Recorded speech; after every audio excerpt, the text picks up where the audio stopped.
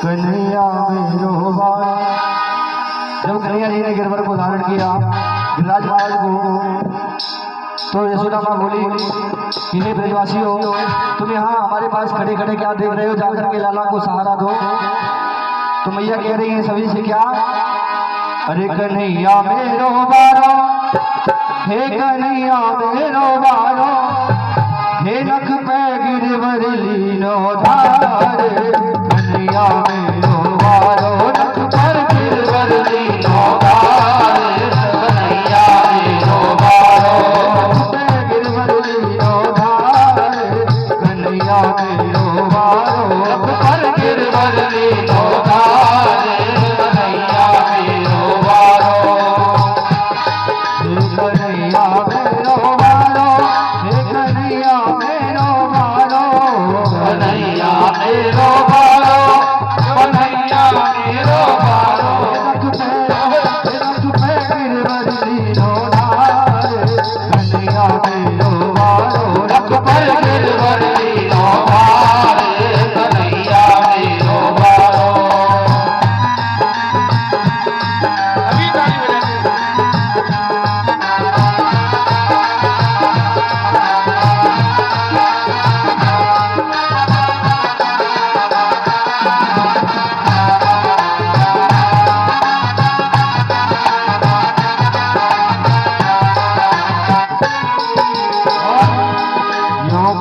यशोदा मैया सब जोर लगाओ भैया।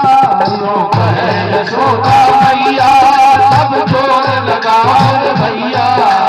कहे यशोदा मैया सब जोर लगाओ मेरे भैया। यो कहे यशोदा मैया सब जोर लगाओ मेरे भैया। अरिये कैसे झूले भार। कन्हैया मेरो बारो, नख पर गिरवर लीनो धार। कन्हैया मेरो बारो, कन्हैया मेरो बारो, हे कन्हैया मेरो बारो। कन्हैया मेरो बारो, कन्हैया मेरो बारो, नख पर गिरवर लीनो धार। कन्हैया मेरो बारो, गिरवर लीनो धार। कन्हैया मेरो बारो।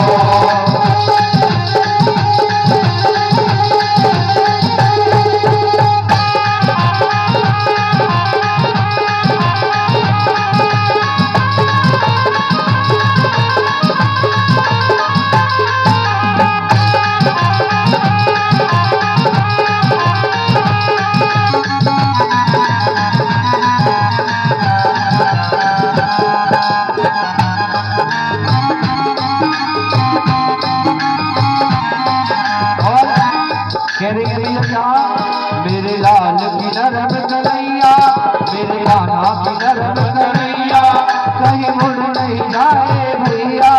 मेरे लाला की नरम कन्हैया, कहीं मुड़ ना जाए भैया।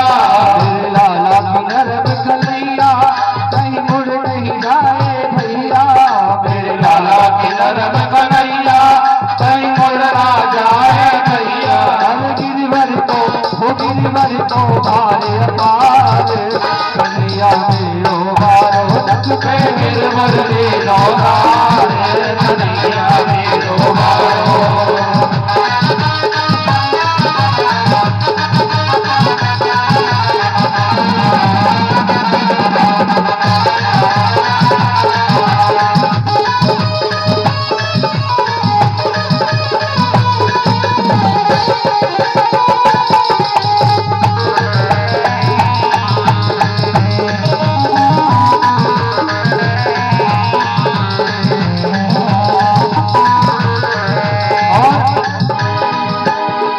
जब भूपेंद्र ने कीनो, जब भूपेंद्र ने कीनो, नख पे गोवर्धन लीनो। जब भूपेंद्र ने कीनो, नख पे गिरवर्धन लीनो। जब भूपेंद्र ने कीनो, नख पे गोवर्धन लीनो। जब भूपेंद्र ने कीनो, नख पे गोवर्धन लीनो। बादल बरस बरस गए हाथ। कन्हैया मेरो बारो, नख पे गिरवर लीनो धार।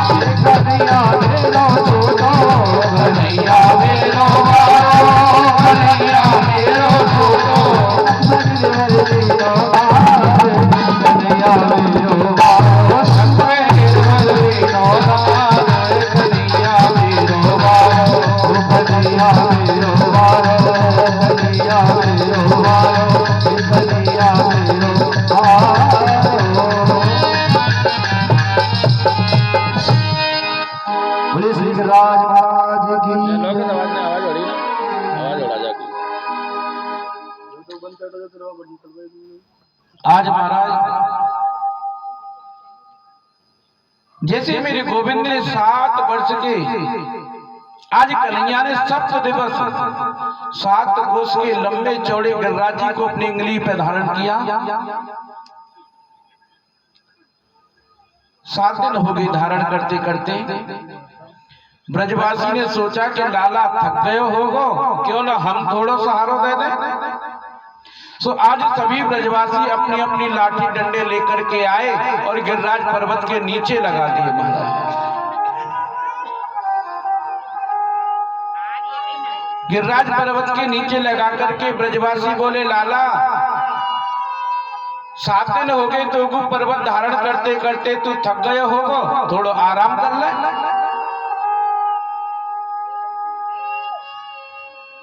कन्हैया बोले, अरे ब्रजवासियों तुम गिरिराज जी को कैसे धारण करोगे। ब्रजवासी बोले, अच्छा लाला जाकर मतलब तुम्हें ताकत है, हमें कोई ताकत नहीं है, तो हमें कछु नहीं समझ रहे हो।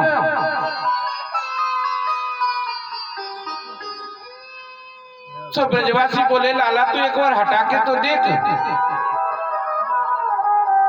सो मेरे गोविंद ने जैसे अपनी इकन्नी उंगली को हटाया, हटाते ही जो ब्रजवासियों के डंडे थे वो तड़ाक तड़ाक टूट करके जो है गिर पड़े महाराज। ब्रजवासी बोले, अरे कन्हैया संभाल, लाला संभाल। सो आज मेरे गोविंद ने गिरिराज जी को अपनी इकन्नी उंगली पर फिर दोबारा धारण कर लिया।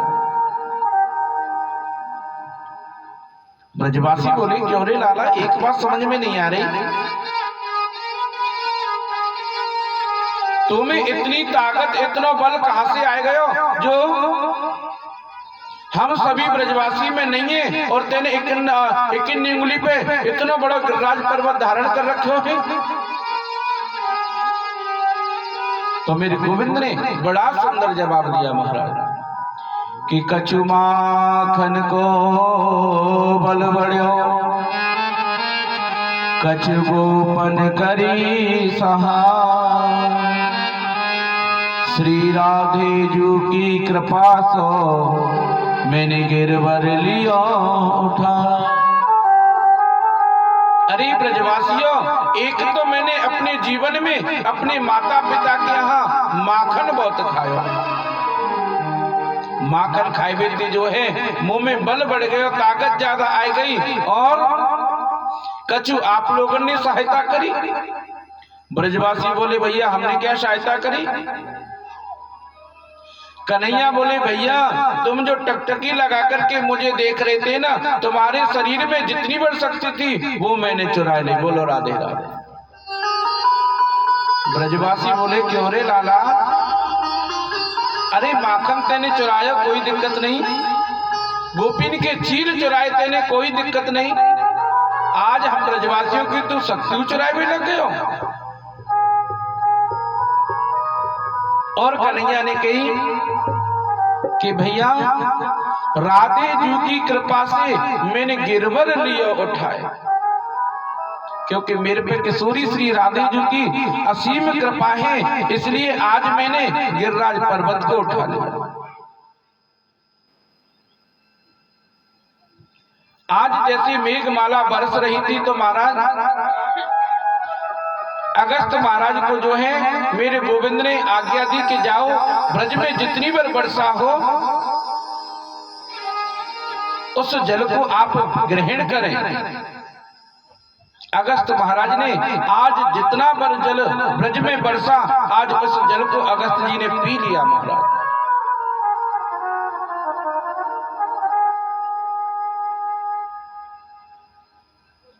इंद्र ने अपने सैनिकों से कहा, जाकर के देखो ब्रज बह गया होगा। सैनिक आए, इंद्र से कहा, महाराज वहां तो धूल उड़ रही है।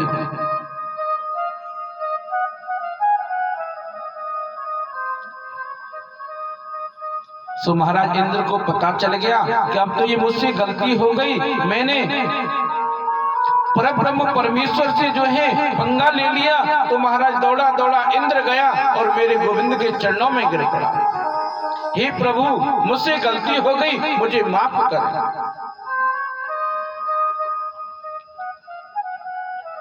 इंद्र ने 2 मंत्रों में स्तुति करी। और इंद्र को माफ किया, जाओ इंद्र तो मैं क्षमा किया। लेकिन यही गलती ब्रह्मा ने करी। ब्रह्मा जी जो है ग्वाल बाल बछड़ों को चुरा करके ले गए और 16 मंत्रों में ब्रह्मा ने स्तुति करी, लेकिन ब्रह्मा को मेरे गोविंद ने माफ नहीं किया। क्यों? क्योंकि ब्रह्मा जी ने जो है मेरे गोविंद से ग्वाल बाल बछड़े जो है अलग कर दिए थे, इसलिए मेरे गोविंद ने ब्रह्मा को माफ नहीं किया। इंद्र ने ब्रज पे बरसात करी और मैंने गिरिराज पर्वत उठाया। जितने बार ग्वाल बाल थे, ब्रजवासी थे, गाय थी, बछड़े थे, सब उस पर्वत के नीचे आकर के रहने लगे। इसलिए इंद्र ने ब्रजवासियों को मेरे गोविंद से मिलाया, इसलिए इंद्र को माफ किया। जाओ इंद्र तो मैं माफ किया। इंद्र कहने लगा, प्रभु मैंने अपने राज्य को खूब भोगा, अब मुझे राज्य नहीं चाहिए, अब मुझे धन नहीं चाहिए, दौलत नहीं चाहिए, केवल आपके ब्रज की रज में मुझे रहने का एक स्थान चाहिए।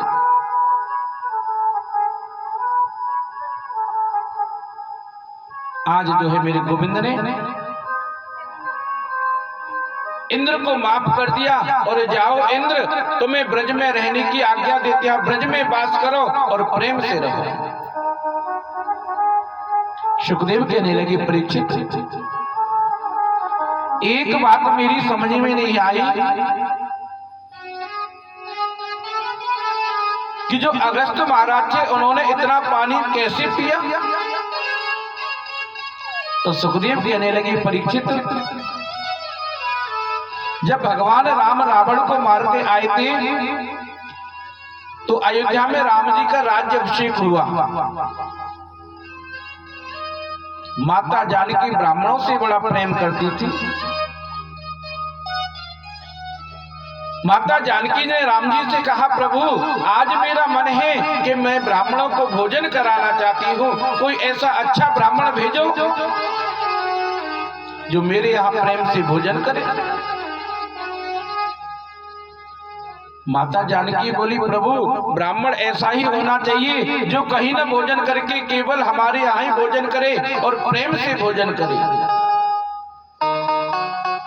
राम जी ने कहा, देवी तुम चिंता क्यों करती हो? तो आज मेरे राम जी ने अगस्त जी महाराज को आज्ञा दी कि जाओ आज हमारे यहाँ प्रेम से भोजन करना। महाराज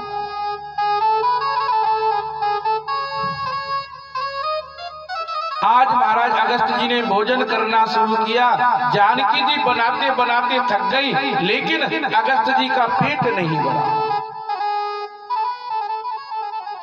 17 दिन हो गए अखंड भोजन चल रहा है। जानकी जी ने रिद्धि सिद्धि को बुलाया। जानकी जी जो है पूड़ी सेक रही है और रिद्धि सिद्धि पूड़ी बेल रही है, लेकिन जानकी जी ने कहा कि प्रभु जब आपका आधा भोजन हो जाए जब बता देना। लेकिन अगस्त महाराज ने कहा, देवी अभी तो हमारा कुछ भी नहीं हुआ है, आप प्रेम से लाते जाओ। तो जानकी जी को गुस्सा आ गई, अरे महाराज श्रद्धा की भी कोई अति होती है, आपने तो श्रद्धा की टांग तोड़ दी। अरे ऐसे भोजन किया जाता है क्या? तो राम जी ने सारे में कह दिया, बस इनको पता चल गया असली ब्राह्मण कैसे होते। अगस्त जी महाराज ने कहा, देवी हम पानी पिएंगे। जानकी जी बोली, हम इतना पानी कहां से लाएंगे, हम पानी नहीं पिला सकते। तो राम जी ने कहा कि इस युग में भोजन करो और अगले युग में जल ग्रहण करना। महाराज इसलिए अगस्त जी ने ब्रज में जितना जल आया वो सारा जल पी गए। महाराज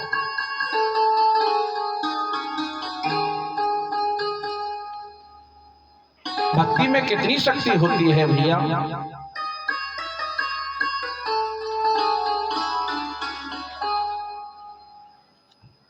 जो प्रेम से भगवान का भजन करता है, भगवान का स्मरण करता है। महाराज देखो,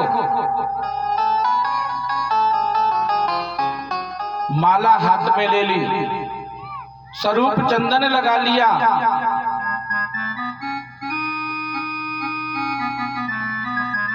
उसको भगवान का भजन लेकर के चलने लगे। ये भजन नहीं है भैया। माथे तिलक हाथ जप माला, जग ठगने को स्वांग बनाया, मार्ग छाड़ कुमारग रह के, साची प्रीत मन श्याम न पाया भैया। ईश्वर को पाने के लिए चंदन स्वरूप लगाने की जरूरत नहीं है, भगवान को पाने के लिए माला करने की जरूरत नहीं है। अगर चंदन स्वरूप पर माला करने से ठाकुर जी मिल जाए तो समझ लो भैया जग को ठगने जैसा कार्य है। अगर प्रभु को पाना है तो केवल प्रेम का मार्ग है। प्रेम का मार्ग छोड़ करके आप दूसरे मार्ग में जाओगे तो भगवान आपको मिल नहीं सकते भैया। सच्ची प्रेम के बिना परमात्मा को पाना असंभव है भैया। इसलिए परमात्मा को पाना केवल सच्चे प्रेम की संगत है भैया।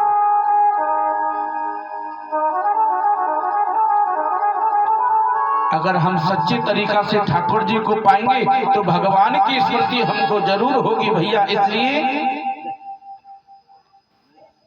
भगवान को पाना है केवल सच्चे मन से प्रभु का स्मरण करो, प्रभु की प्राप्ति जरूर होगी भैया।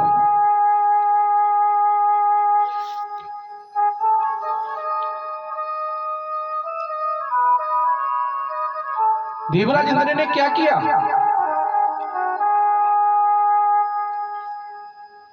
अपना सर्वस्व त्याग दिया केवल प्रभु को पाने के लिए। हमें तो ठाकुर जी को पाना है और किसी को नहीं पाना। इसलिए देवराज ने कहा प्रभु मैं अपने को इंद्र समझ बैठा, इस जगत का मालिक समझ बैठा, ये तो मेरी सबसे बड़ी भ्रांति है प्रभु।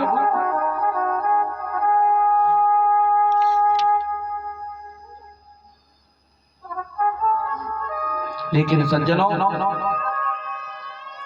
आज ब्रह्म बन के इंद्र ने मेरे गोविंद को पा लिया। लेकिन भैया मेरे राम कृष्ण तो इतनी कृपालु हैं कि अगर प्राणी के अवगुणों को देखेंगे ना तो प्राणी के अवगुणों को देख करके ठाकुर जी कभी माफ नहीं करते। मेरे गोविंद तो केवल प्राणी के गुणों को देखते हैं, अवगुणों को तो वो देखते ही नहीं। भाव बिन कुछ भी वो देवे, मैं कभी लेता नहीं, भाव से एक फूल भी दे वो मुझे स्वीकार है सज्जन। भाव से प्रभु को एक फूल भी दो वो ठाकुर जी जरूर ग्रहण करेंगे भैया। क्या राक्षसी नहीं थी पूतना? उसने मात्र भाव नहीं दिखाया। उसको क्या हुआ? मेरी गोविंद ने माता की सतगति दी।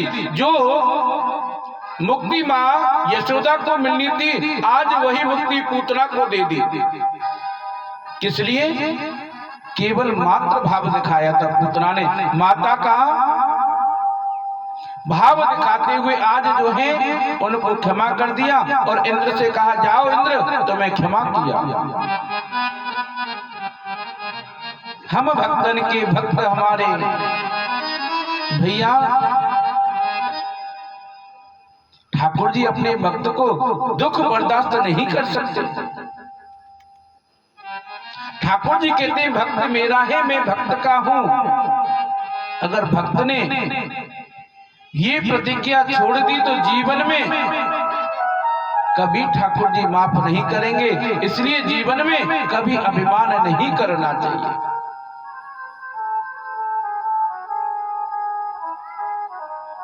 अभिमान से मिलेगा क्या भैया?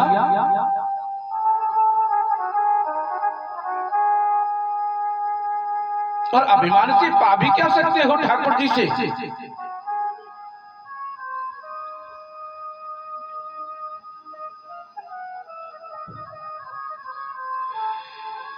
जीवन में सज्जनों सब कुछ कर लेना लेकिन अभिमान कभी किसी चीज का मत करना।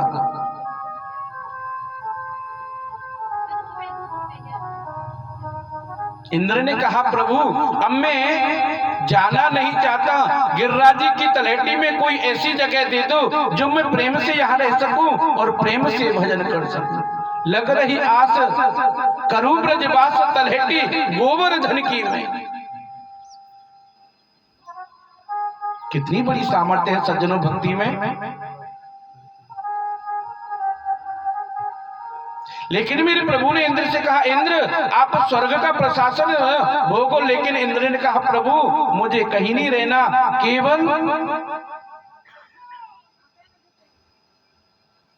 मुझे इस गिरिराज की तलहटी में रहने के लिए दे दो। मैं यही भजन करूंगा और यही मानसिक चिंतन करके अपने जीवन को व्यतीत करूंगा भैया। लेकिन सज्जनों नितांत सत्य है कि जीवन में अगर तुम्हारे पे समय है तो गिरिराज की तलहटी में वृंदावन में जाकर के आप अपने जीवन को व्यतीत करो, प्रेम से 2 मिनट भजन करो, भगवत प्राप्ति आपको जरूर मिलेगी। यह कलयुग का परम प्रतापा, मानस पुण्य हो ही नहीं पापा भैया। ये कलयुग का विशेष प्रताप है कि मन से सोचने से ही भक्ति मिल जाती है। पाप का फल सोचने से नहीं मिलता, करने से मिलता है। लेकिन भक्ति जो है मन में सोची और आपको ठाकुर जी की प्राप्ति हो गई भैया। इतनी बड़ी भक्ति में सामर्थ्य है। इसलिए आप कहीं भी जाएं, ज्यादा से ज्यादा चिंतन मेरे बिहारी जी का होना चाहिए, मेरे गिरिराज महाराज का होना चाहिए। कृष्ण दर्शन तो देंगे कभी न कभी, ऐसा विश्वास मन में जमाते चलो। कृष्ण गोविंद गोपाल गाते चलो भैया। बोली वाके बिहारी लाल की जय। मन कर ले भजन राधा रानी को, नाहे भरोसा जिंदगानी को।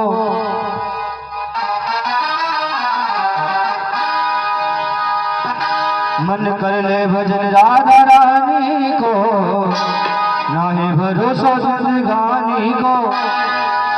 हे नाहे भरोसा जिंदगानी को, नाहे भरोसा जिंदगानी को। मन कर ले भजन राधा रानी को, नाहे भरोसा जिंदगानी को। मन कर ले भजन राधा रानी को, नाहे भरोसा जिंदगानी को। कर ले भजन राधा रानी को, नाहे भरोसा जिंदगानी को। कर ले भजन राधा रानी को, नाहे भरोसा जिंदगानी को।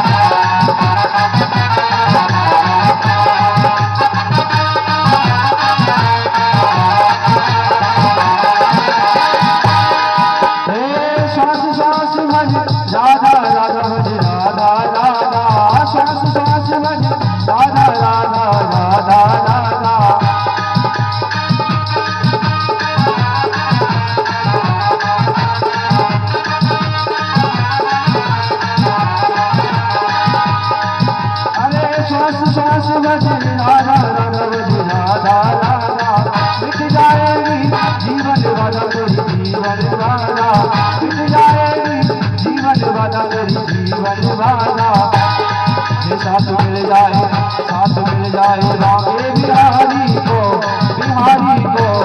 मन भरोसा जिंदगानी को। कर ले भजन राधा रानी को, मन भरोसा जिंदगानी को।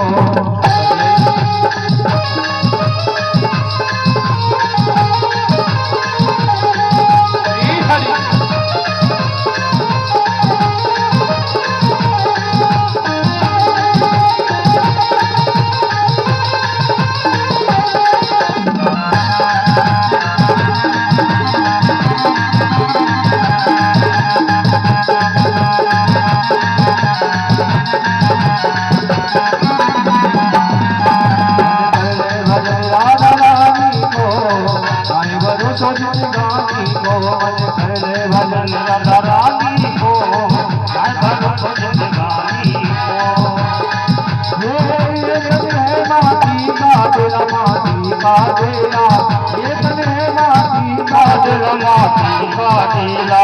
उड़ जाए हंस रह जाए अकेला, रह जाए अकेला, उड़ जाए हंस रह जाए अकेला, रह जाए अकेला। से बबूला पानी को, पानी को लाने भरोसो जिंदगानी को, भले भजन राधा रानी को, रानी को लाए भरोसो जिंदगानी को।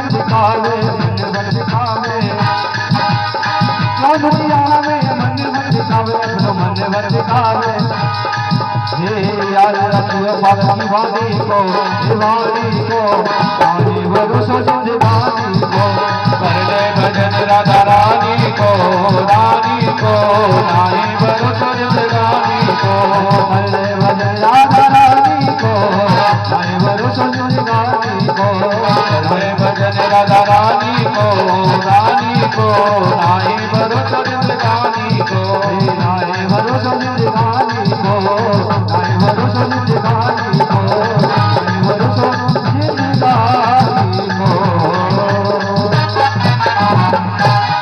बोले मंगे बिहारी की जय। इसलिए भैया प्रेम ऐसी चीज है जिससे ठाकुर जी जरूर मिलते थे। सुखदेव कहने लगे परीक्षित, कोई चारों वेदों का प्रकांड पंडित हो या 6 शास्त्रों का विद्वान हो, लेकिन कृष्ण के चरणों में प्रीति नहीं तो भैया विद्वान होना बेकार है। आज मेरे गोविंद जो हैं सखाओं के साथ में गौ चराते चराते बड़ी दूर चले गए। दूर जाकर के महाराज आज मेरे गोविंद को भूख लगी तो मेरे कन्हैया ने कहा ग्वालों से कि भैया यहाँ से थोड़ी सी दूर जाकर के ब्राह्मणों के मकान है, आप वहां जाना और वहां ब्राह्मणों की पत्नी होंगी, उनसे कहना कि भैया गौ चराते चराते तुम्हारे कृष्ण और बलराम बहुत दूर आ गए हैं, उनको भूख लगी है।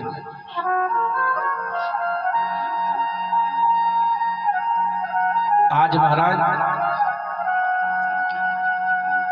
जो ब्राह्मण थे वो तो यज्ञ कर रहे थे,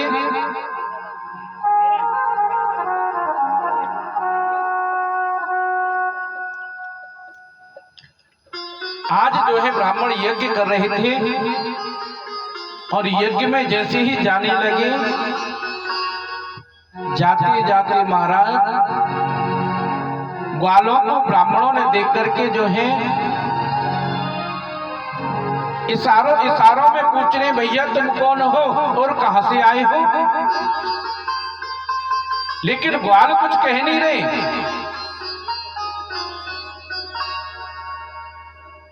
कहे तो क्या कहे, वो तो सीधे घर में चले गए। घर में जाकर के ब्राह्मण पत्नियों से बोले कि देवी तुम्हारे कृष्ण और बलराम गौ चराते चराते बहुत दूर आ गए हैं, उनको भूख लगी है। इतना सुनते ही आज ब्राह्मण पत्नियों ने महाराज बड़ा सुंदर प्रसाद बनाया कृष्ण के लिए, और जैसे ही जाने लगे लेकर के तो महाराज जाते जाते आज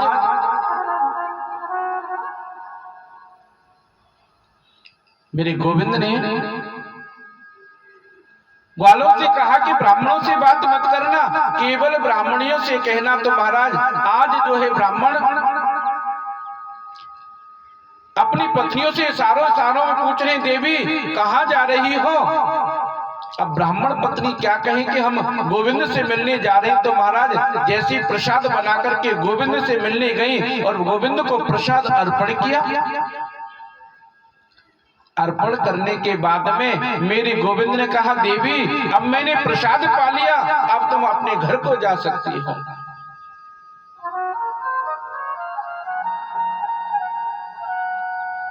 लेकिन ब्राह्मण पत्नी बोली,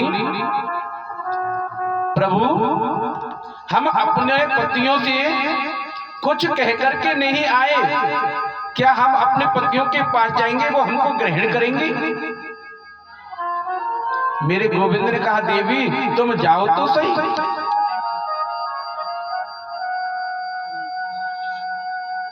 तो महाराज आज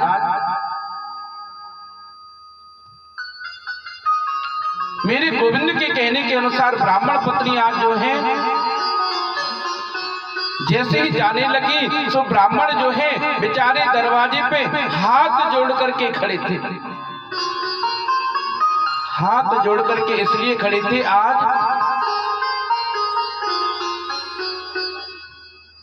ब्राह्मणों को यज्ञ करते करते ठाकुर जी का नाम लेते लेते कमर टेढ़ी हो गई, लेकिन भगवान की प्राप्ति नहीं हुई। महाराज प्रेम से ब्राह्मण पत्नियों ने मेरे गोविंद को भोजन अर्पण किया और गोविंद के दर्शन हुए। देखो यज्ञ का एक नियम है,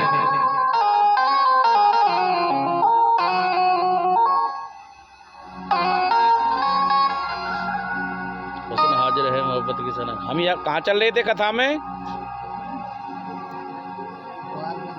कथा में कहाँ चल रहे? तो पैसा तो हमारे, वो तुम्हारे थोड़ी ना, तो तुम गौर करने के बटेंगे। तो पैसा तो हमारे ना, बांटेंगे नहीं ना। हमारी मैया बहुत दूर से आई है, बता पाल वास्ते, और का नहीं हमारे का तो दूर ही है। हमारे पुराने भक्त हैं जे। कथा कहाँ पे चल रही थी ये बताओ? पैसन में गौर कर रहे हैं, पैसा नहीं बना देंगे भाई हम, चाहे कछु है जाए। ऐसा मत करो भाई, आज और कल 2 दिन की बात है, फिर खूब देखी हूँ। कौन है? घरवारे हैं, घरवारे हैं सारा, और बुला लियो 2-4 दिन और है का। परसों भंडारा होगा, परसों देख लियो, खूब बतरा लियो। आज जो है ब्राह्मण जो है पत्नियों के स्वागत के लिए महाराज बड़े सुंदर इंतजार कर रहे हैं।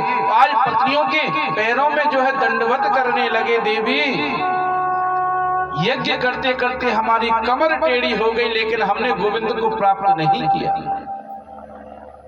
आज देखो प्रेम में ऐसा विश्वास है, आज तुमने प्रेम से ठाकुर जी को प्रसाद पवाया तो आपको ठाकुर जी के दर्शन होंगे। लेकिन सज्जनों ब्राह्मण यज्ञ कर रहे थे, यज्ञ का नियम है बीच में कभी बोलना नहीं चाहिए। हवन में पूजन में अगर एक बार बैठ जाए उसमें कभी उठना नहीं चाहिए, ये यज्ञ का नियम है। लेकिन भैया यज्ञ के नियम को, शादी विवाह के नियम को, भगवान के कीर्तन के नियम को माने को, आजकल तो हम एक चीज बहुत ज्यादा देख रहे हैं, विवाह शादियों का सीजन चल रहा है ना, विवाह शादियों में दुनिया नाचने गाने में लग रही है। विवाह और शादी का मतलब क्या होता है भैया? क्या 100-200 रिलेशन वालों को इकट्ठा कर लेना उसको विवाह कहते हैं? या डीजे के सामने नाच लेना, दारू पी करके उसको विवाह कहते हैं? दोस्तों को इकट्ठा करके शराब की पार्टी कर लेना उसको विवाह कहते हैं?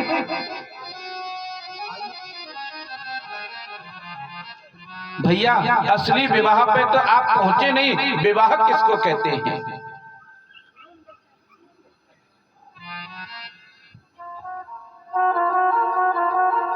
एक शादी में हम गए तो कोई शुभ कार्य करने से पहले गणेश जी की पूजा होती है। अब वो मैया बोली, पंडित जी आपको पता है 6 महीने हो गए हमको शादी की तैयारी करते करते, फुर्सत नहीं मिल रही है 1 मिनट में। हमने कहा मैया शादी का विवाह का काम ऐसा ही है, तो हम पूजा कराने के लिए बैठे। हमने मैया से कही मैया सुपारी दे दो तो मैया बोली ओहो पंडित जी सुपारी तुम्हें भूल ही आई। मैया तुम 6 महीने से तैयारी कर रही हो, किस चीज की तैयारी कर रही हो? जो जिसको हम गणेश जी मानते हैं, जिसको सबसे पहले शुभ कार्य में पूछते हैं, आप उसको ही भूल गई तो बताओ 6 महीने से तैयारी क्या चल रही है हमारा? आजकल ब्राह्मणों को जो है बुला लेते हैं, ब्राह्मणों को बुला करके जो है फेरे कराते हैं। महाराज देखो हम जिंदगी में परेशान क्यों हैं?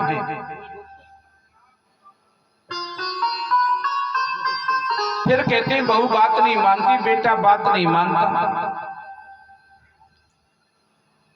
आज जो है कैमरे में फोटो खिंचवाने में 6 घंटे लगा देंगे, कोई दिक्कत नहीं है। मंच पे स्टेज पे 3-4 घंटे लगा देंगे, कोई दिक्कत नहीं है। लेकिन आई जब फेरे की बारी तो पंडित जी बच्चों पे बैठा नहीं जाता, थोड़ा सा स्पीड में करना है।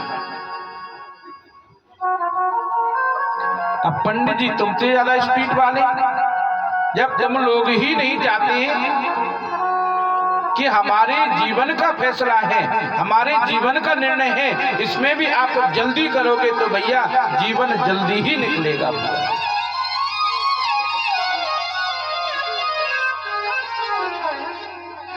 ब्राह्मण जो है अपने मंत्र शक्ति से अपने कुल देवता, ग्राम देवता, स्थान देवताओं की पूजा कराता है, लेकिन आजकल इसको नाटक मानते हैं। ब्राह्मणों ने तो खाने कमाने का एक तरीका ढूंढ रखा है।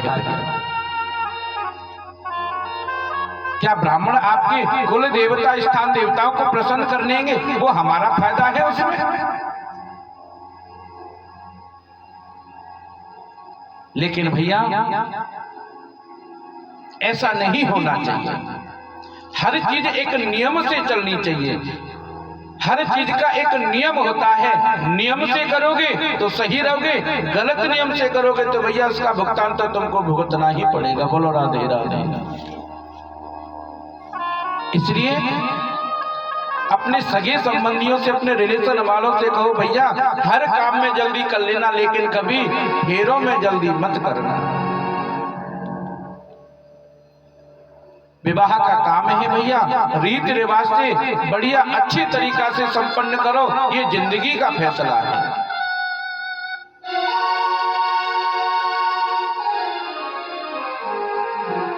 अब तो महाराज ब्राह्मणों ने कहा देवी आपने ठाकुर जी को खूब पाया, हवन करते करते देखो हम कहां से कहां आ गए, लेकिन हमको ठाकुर जी ने दर्शन नहीं दिए। जापे कृपा राम की हुई, तापे कृपा करे सब कोई। महाराज ऐसे ऐसे परिवारों को देखा है हमने जो मांसाहारी भोजन करते हैं, जिनका रहन सहन बिल्कुल सही नहीं है, केवल पशुओं जैसा, जिनमें बोलने चालने का ढंग नहीं, केवल एक संपत्ति कमाना, पैसे कमाना ही उन्होंने अपने रंग ढंग को समझ रखा है। भैया जीवन में पैसे कमा लेना कोई बड़ी बात नहीं है, धन कमा लेना कोई बड़ी बात नहीं है। असली कमाई क्या है? असली कमाई है मेरे प्रभु का मिलन। देखो आजकल हम लोग ऐसी ऐसी चीजों को खाते हैं जिनको कुत्ते भी नहीं खाते। तो समझ लो जिन चीजों को कुत्ते भी नहीं खाते उस चीज को हम खाते हैं, तो बुरा कौन हुआ? तंबाकू कौन कौन खाता है?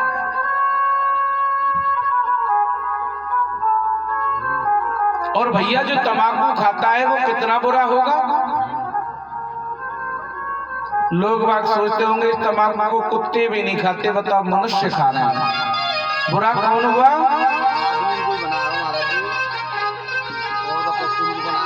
भैया न्यो के भांग पी में भांग काय को पी में, बोले भोले बाबा ने पी।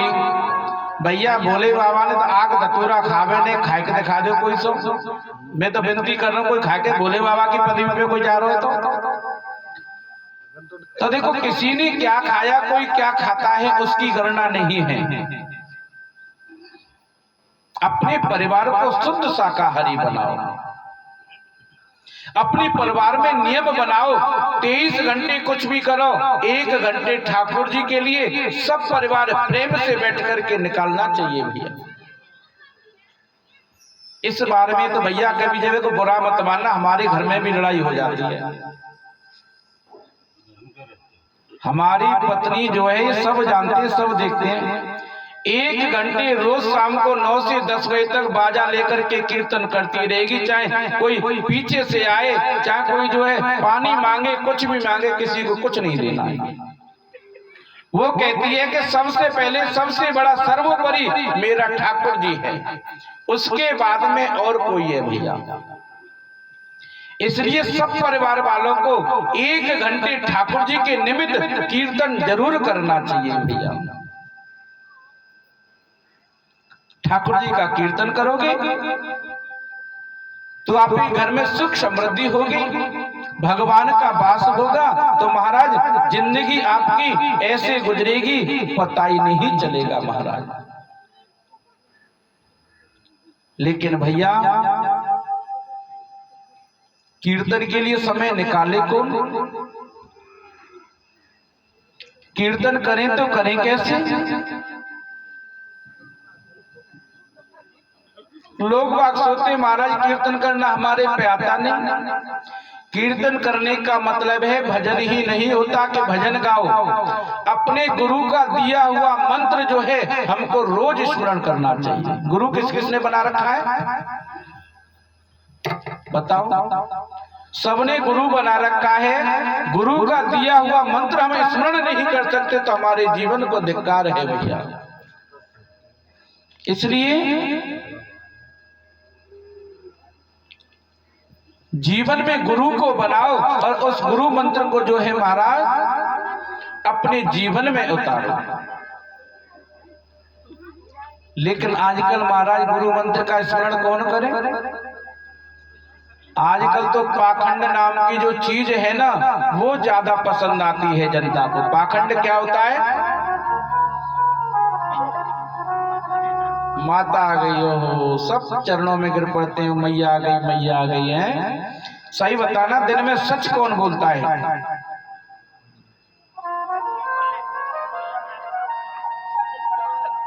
महाराज क्या माता को तुमने इतना सस्ता समझ रखा है?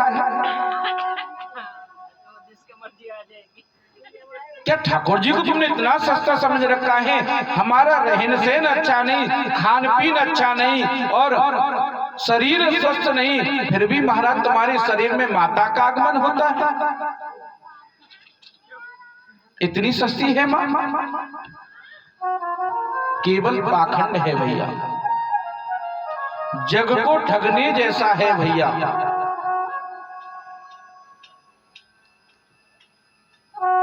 इसलिए भैया इस पाखंड पे विश्वास मत करो महाराज।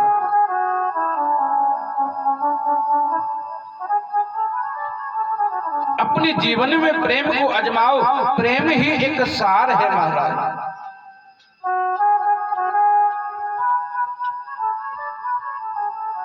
हर घर में हर आदमी का आदर होना चाहिए।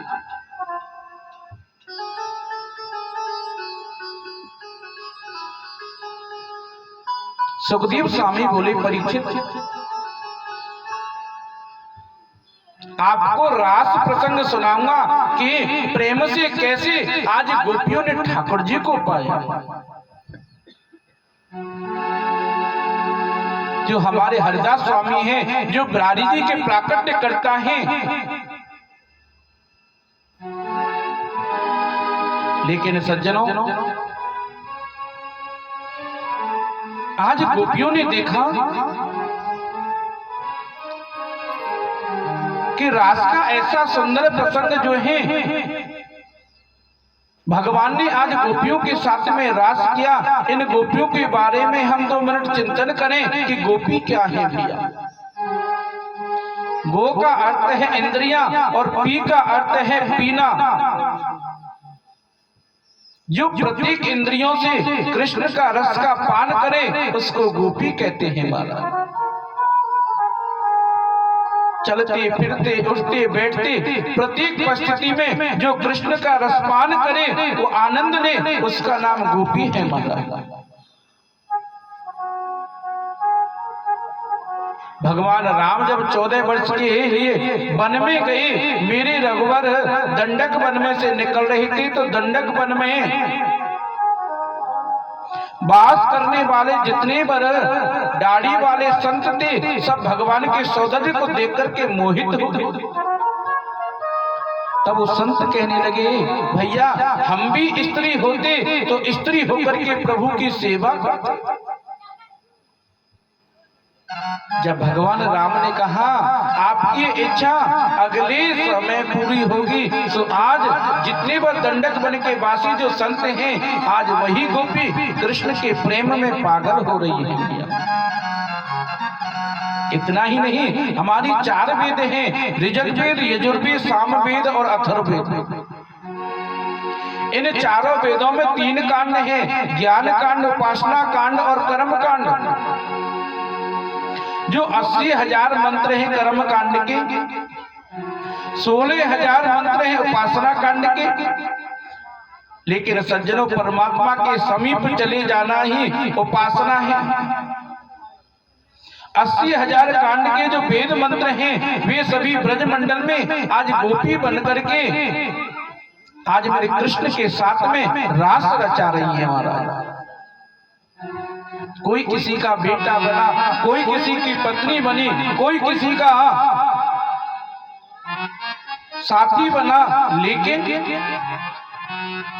सबका एक ही नियम था कि गोविंद की प्राप्ति करनी है। आज शरद पूर्णिमा की रात्रि में मेरे कृष्ण ने अपनी वेणु से निनाद किया महाराज यमुना जी के किनारे। कलकल करती पावन यमुना का तट है, शरद पूर्णिमा की रात्रि है, चंद्रमा जो है प्रमोदित हो रहे हैं। आज मेरे गोविंद ने गोपी का निनाद किया। अब एक विचित्र बात महाराज, कृष्ण एक मुरली एक बजाने वाला एक, लेकिन सुनने वाले अनेक हैं। आज मेरे गोविंद ने जैसी ही मुरली बजाई, ब्रज 84 कोस के ब्रजमंडल में रहने वाली जितनी गोपी हैं उन ब्रजंगनाओं को ऐसा लगा मानो कृष्ण अपनी मुरली से हमारा नाम पुकार रहे हैं। जो गोपी जिस कार्य में व्यस्त थी उसी कार्य में वो बीच में छोड़ करके चली गई। जो गोपी जिस कार्य को कर रही थी उस कार्य को वहीं छोड़कर दौड़ पड़ी। लाखों गोपियों को ऐसा लगा मानो कृष्ण हमें बुला रहे हैं महाराज। एक गोपी गाय का दूध धो रही थी और दूध दुहते समय गोपी ने जैसी मुरली को सुना, दूध का बर्तन पटक दिया और दौड़ी दौड़ी कृष्ण से मिलने के लिए चली गई। एक गोपी बच्चे को दूध पिला रही थी, जैसे मुरली की तान सुनी बच्चे को पालने में डाल करके कृष्ण से मिलने चली गई महाराज। एक गोपी आंखों में काजल लगा रही थी, जैसे मुरली को सुना बस आंखों में काजल लगाया, दूसरी में लगाया ही नहीं, मेरे गोविंद से मिलने चली गई।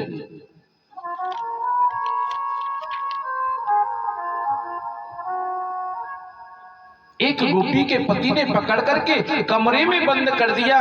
वो बोली आप मुझे शरीर से ही तो रोक सकते हो, लेकिन मन से मेरे गोविंद के पास जाने के लिए नहीं रोक सकते। मैं अपने गोविंद के पास में मन से जरूर जाऊंगी। तो इन गोपियों का जो कृष्ण के प्रति अनुराग है महाराज, ये प्रेम ही तो है। आचार्य सुखदेव कहते हैं परीक्षित, मैंने पहले बताया था कि किसी के भाव को कृष्ण के प्रेम में तन्मय होने में कोई नहीं रोक सकता। जब जीवन में तन्मयता आएगी, कृष्ण मिलाप की विरह अग्नि में जब प्रपुष्टित होगी, समस्त कर्म उसमें जलकर राख हो जाएंगे, लेकिन कृष्ण से मिलने के लिए कोई रोक नहीं सकता। ऐसा ही गोपियों के साथ हुआ। लाखों गोपियां दौड़ी दौड़ी कृष्ण के पास चली गई महाराज।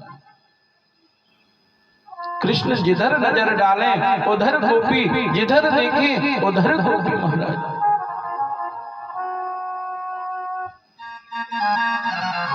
गोपियों के मन में बड़ी प्रसन्नता हुई। गोपी कहने लगेंगे, आज कृष्ण अपनी मुरली से हमारा नाम पुकार रहे हैं। उन गोपियों को देख करके मेरे गोविंद ने कहा, स्वागतम वो महाभागा। लेकिन स्वागत करते करते मेरे गोविंद ने मुस्कुराकर कहा,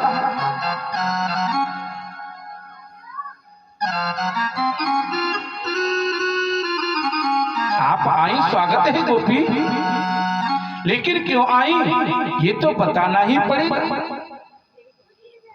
इस बात को सुनकर के गोपी कहने लगी, प्रभु हमसे पूछ रहे हैं, इतना सुनकर के आप क्यों आई? लाखों गोपियों की जो नजर थी वो नीचे की झुक गई।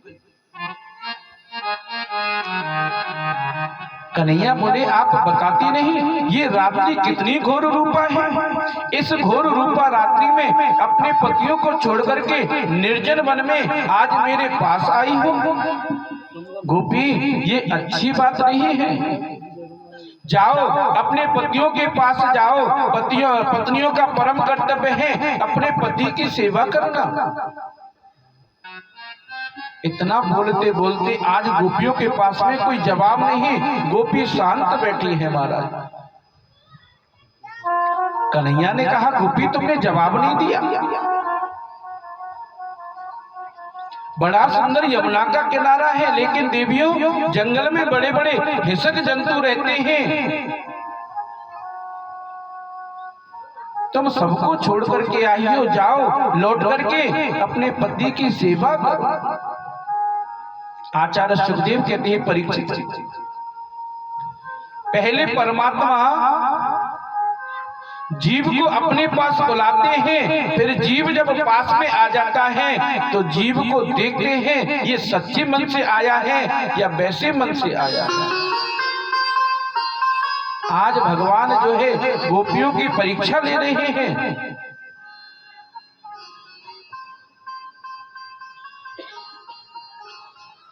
तो महाराज आज गोपी कहने लगी कि एक पतिव्रता नारी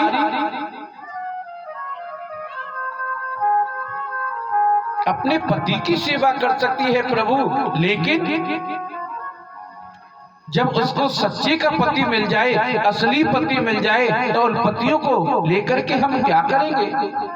और प्रभु आपने हमारा नाम पुकारा, हमको बुला करके आप कहते हो आप यहाँ से जाओ।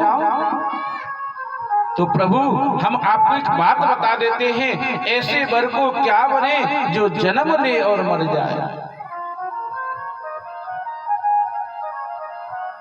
बर बरिए गोपाल सो जाते जीवन सफल हो जाए। इसलिए प्रभु ऐसे पतियों को लेकर के हम क्या करेंगे जो बार बार जन्म लेते हैं और बार बार मरते हैं। प्रभु मीरा जी ने कहा, मेरो तो गिरधर गोपाल दूसरो न कोई, जाके सिर मोर मुकुट मेरो पति सोई। मीरा के इस अद्भुत भाव का सज्जनों कौन वर्णन कर सकता है। मीरा जैसा भाव जो है आज इन गोपियों का बन गया कि प्रभु केवल हम तुम्हारे पास आए हैं और हम तुम्हारे पास रहना चाहते हैं। तो गोपियों का जो है मिलन आज मेरे गोविंद से हो गया।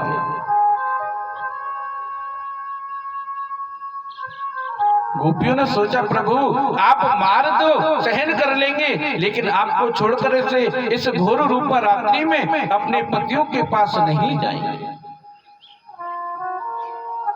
मेरे गोविंद ने देखा कि इन गोपियों की भावनाएं बड़ी सुंदर हैं, सो आज मेरे गोविंद एक एक गोपी के साथ में क्रीड़ा करने लगे, रास रचाने लगे। महाराज दो दो गोपी बिच बिच माधव। बिहारी लाल की जय। तो भगवान श्याम सुंदर सभी ब्रज गोपियों के साथ में वृंदावन में रास रचा रहे हैं, और वह रास आज भी वृंदावन में होता है। ऐसा नहीं कि नहीं होता है, वह रास आज भी वृंदावन में होता है। हे रास रचो है, रास रचो है, जमुना किनारे कान्हा रास रचो है, रास रचो है, रास रचो है, जमुना किनारे कान्हा रास रचो है।